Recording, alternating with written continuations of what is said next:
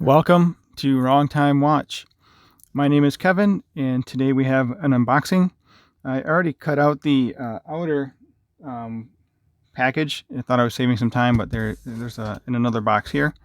I ordered this watch directly from Japan, shipped from Japan. I ordered it on the 25th of May, and it arrived yesterday, the 14th of June. So let's get it open. This is the Seiko 5 Sports SBSA113. I paid about, I think, $275 for this. So let's get it open. I don't know what this says. I don't read kanji, I guess. So yeah, let's get it open. Oops. I hope if I cut along the slit line here.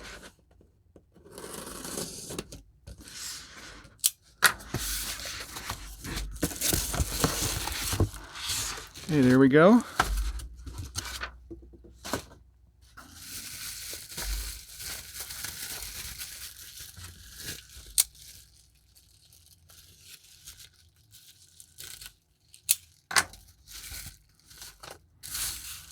So they have on the Sakura Japan, I think that's the website. I'll put it in the description. They have 5 different versions of this. They have the 111, 113, 115, 117, and then 119. So those first two, the 11 and the 13, are black and blue dial on bracelet. And then the 15, I think, is a gray dial. And then 17 and 19 again are black and blue, but instead of being on bracelet, they're on a leather strap. So this one is the SBSA113, will be on a bracelet with the blue dial. I had a little bit of a hard time picking which one to buy, but I decided on blue dial. And I wanted a bracelet, so they eliminated the other 3. And I'll take some measurements with the calipers here in a moment.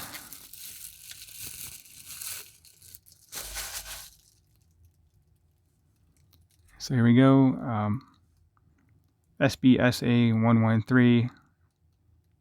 Yeah, I think I paid about $275 US. There's the price in yen, but also had to pay for shipping. But I see on their website right now it's $243 US. Okay, so solid bracelet, but hollow end link.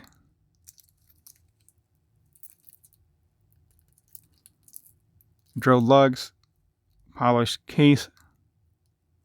The bezel is brushed. Bracelet appears to be brushed as well. The portion of the case is polished. Yeah, it's a nice looking watch.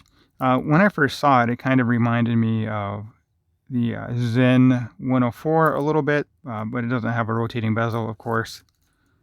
Oh, cool. Very cool. So ordering from Japan, and this being a Japanese model, it has the kanji date. I have a couple other watches with the kanji date, but I think that's pretty cool. Push-pull crown. I'm just winding it right now. It has a Seiko 4R36 movement. This one, of course, has the blue dial. 100 meter water resistant. Let me zoom in. Sorry about that. 100 meter water resistant. Hardlex crystal, which I really wish Seiko would just put sapphire and everything, but that's just what Seiko does. So Hardlex is Seiko's proprietary mineral glass. It's supposed to be a little more scratch resistant than mineral glass. And it's anti-magnetic. And of course we have the day and date here. So let's see, I'll move the handset out of the way. And then let's see if it has English and Japanese, or if it's just Japanese. So I'm in the first position out from the home position. Okay, yep, so English and Japanese. I'd probably just leave it on Japanese. That's pretty cool. Or kanji, I guess. Yeah, kanji date wheel. I'm not an expert or anything, but I believe kanji is a simplified form of the Japanese language, but I could be totally wrong. Turn it the other way, and then rotating the date. Yeah, very nice. So it does also have a display case back.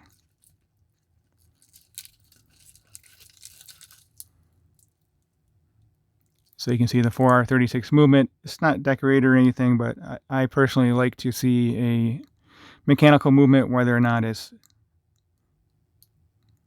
has decoration to it. Okay, so let me get this on wrist, and then we'll take some measurements. Actually, let's do some measurements first.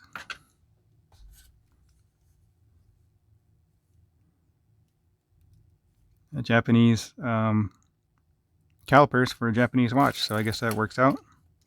The website said this was 39.2, so yep, it looks to be right on the money. And then I don't remember what the thickness was on the website, but we'll measure that right now. This hard like crystal is domed a little bit, so 13.5, which is the same thickness as my SKX. I'll bring that over in a moment and we can check it out side by side with this watch. Lug to lug appears to be about 47 and a half. Bracelet should be, okay, so it's 20, and does it taper at all? 20 down to, I guess, 17.7. So let's take off this piece of paper, I guess, and see how the clasp looks. So stamped clasp here, and this portion is stamped as well, but it does have the dual pushers. That's secure by itself, and then you also have the safety clasp. So nicely done. It's not going to come off your wrist. You won't have any worry about that.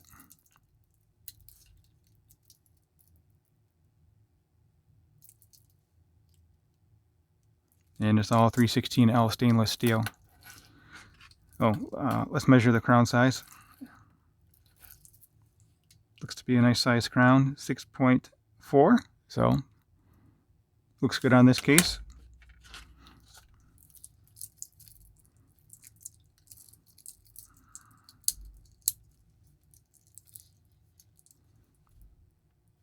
Yeah, this will look good on leather straps and NATO straps as well. Usually if I have the option between a bracelet or a strap from the manufacturer, I'll just buy it on the bracelet, and then whether or not I wear it, I don't know, I'll put it in a box, and then I can always buy an aftermarket strap. Much easier than buying a factory bracelet, obviously. So here we are on my 6.5 inch wrist with 52 millimeter wristband. Lug to lug on this, we just measured at 47.5, if I remember correctly. And then let's take a look at it compared to the SKX.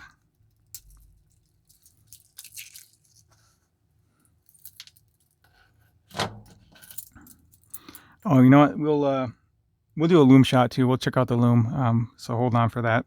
If you have not already subscribed, please go ahead and do so. I greatly appreciate it. Like the video and leave a comment below.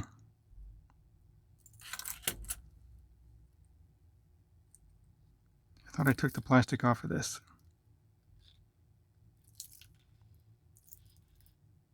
Oh, there's another piece on there. So anyway, here we go. Next to the SKX009.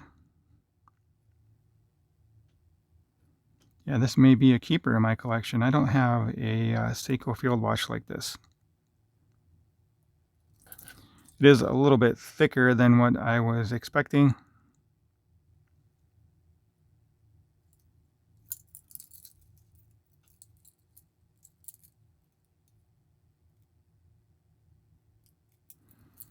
Let's look at the crown side. I do like that it has drilled lugs though. Definitely will make it easier for putting different straps on it. I may have a collection of straps. I may do another video here putting this on some different straps, see how it looks. Let me know if you'd like to see that, and I can do that.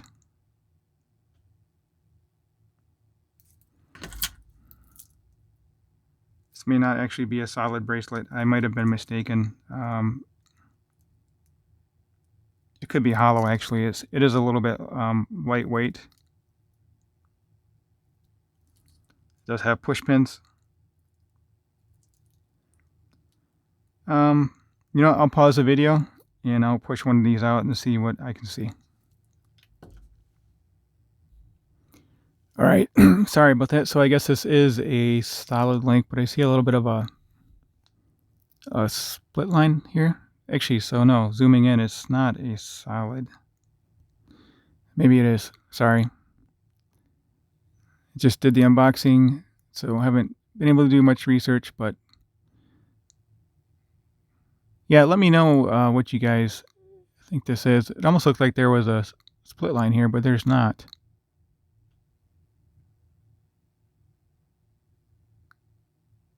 So maybe they're just cast links. No idea. But anyway, that's what the link looks like. It is just split pins. Since we're here, we can take a closer look at the movement. Seiko 4R36 movement, day and date. Hand winding, hacking, 6 beats per second.